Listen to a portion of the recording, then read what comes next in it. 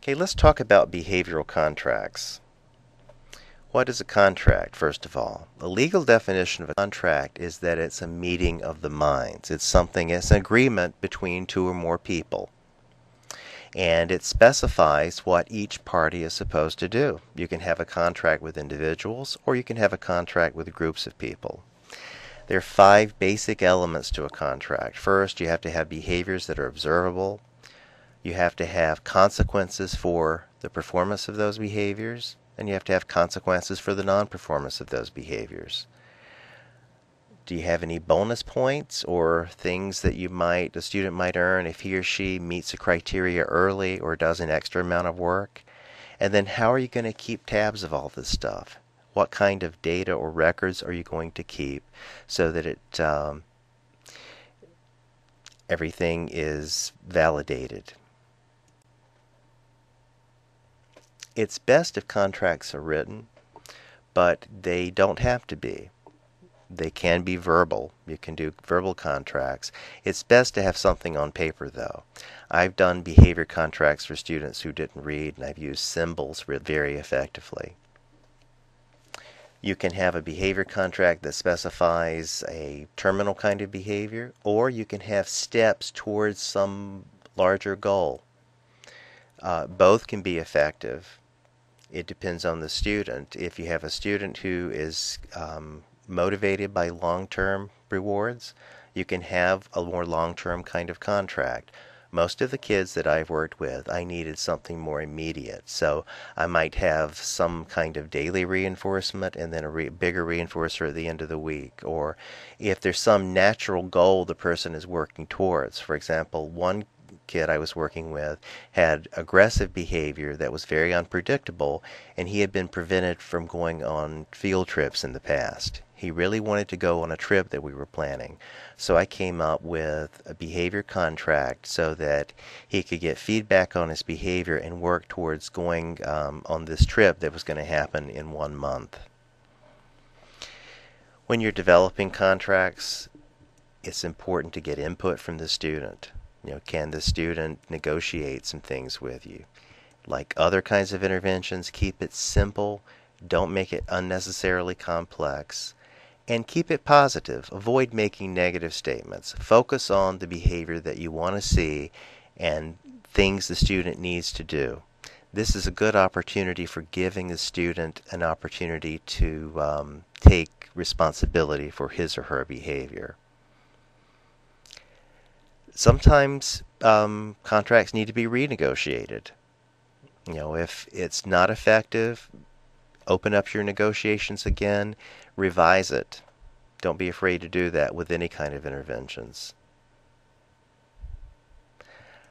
If you have a group system, sometimes you can use token systems to individualize more group contracts. We'll talk a little more about group systems later on.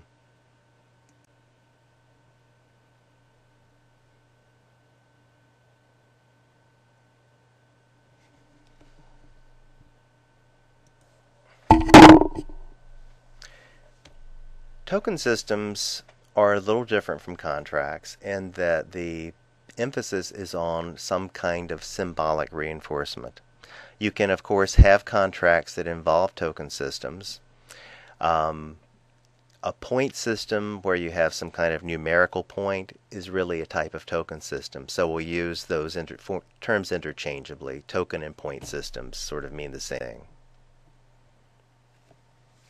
So when you talk about a token reinforcement system, it is a plan that's applied to a student or a group of students, and the person is earning some kind of reinforcer, or conditioned reinforcers we call it. A conditioned reinforcer is something that ordinarily is not valuable, but because you're pairing it with something that's of value,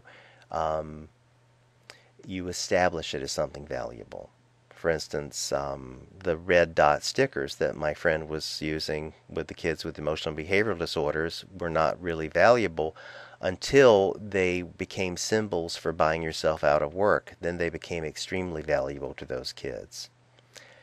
The stuff for which students exchange tokens or points are called backup reinforcers. So backup reinforcers are the things that people trade tokens for. In a token economy, you usually have a number of different reinforcers that students can exchange their points or tokens for. When you set up a token system or point system, there are a number of things you have to keep in mind. First of all, like any other system, you need to identify and define behaviors very clearly.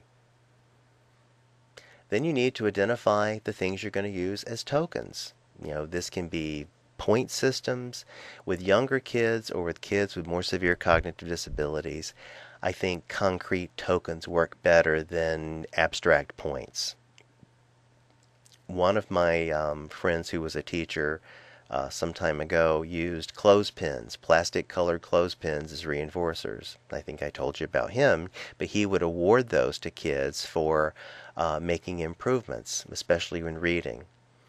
I've used all kinds of things as tokens. It depends on the students, and even with the same group of students, I may use a number of different things over the course of a school year. You need to identify the backup reinforcers, or the things that students are going to exchange tokens for. It's important to have several categories of backup reinforcers. First of all, I like to have a group of very short-term reinforcers. So these might be activities or small things. They're not very expensive, or they don't take a lot of time. And these are things I can use for reinforce on a short-term basis, like for completing some work at the end of a period, or for going a period of half an hour with no problem behaviors. Then I might have another group of reinforcers that are bigger deals, but there's something that I would use maybe at the end of a day. And then finally I had more long-term reinforcers, things that students would need to work several days to get to earn. Sometimes you may only have students who are working for very short-term things, but you want to start working towards kids earning things on a daily basis, and then eventually to more long-term things. Sometimes I would have kids working for all three levels of reinforcement at the same time. When you have a token system, you also have to have a plan for how students are going to exchange tokens. If your students earn points or tokens, do they reset at the end of a day? Or can a student take tokens or points earned one day and apply them to things the next day? There are pluses and minuses to doing it either way. But you have to think about that. How are you going to keep records? How are you going to keep track of the number of points that your students have earned, number of tokens your students have earned, and what did they spend them or cash them in for? So develop a simple record-keeping system that's going to make it easy for you and for your students. If you have students who are older, you can turn this into a self-monitoring program and have them keep track of their own tokens. When you develop any kind of reinforcement program, you need to immediately plan how you're going to fade your reinforcement system. Fading reinforcement means that you have a plan for fading your schedule of reinforcement. So you start out reinforcing frequently, and you reinforce low levels of a behavior. Then you gradually increase the behavioral expectations, and you increase the amount of time the student has to engage in appropriate behavior in order to earn reinforcement. So that's called thinning your schedule of reinforcement, or fading reinforcement. It's the same thing. So what is your plan for fading your system of reinforcement over time? The way that you fade reinforcement should always be response dependent. In other words, it's dependent on the student's success. Don't set up a plan for fading reinforcement over time. I see this happen sometimes. People will say, okay, the first week the student will get reinforced every 15 minutes. The second week the student will get reinforced every 30 minutes. And the third week the student is only going to get reinforced once an hour. That is a very ineffective way of doing it. You should only increase the value of a reinforcement schedule when the student meets some kind of behavioral criteria. And with any other kind of plan, you want to implement it and then revise it based on how well it worked.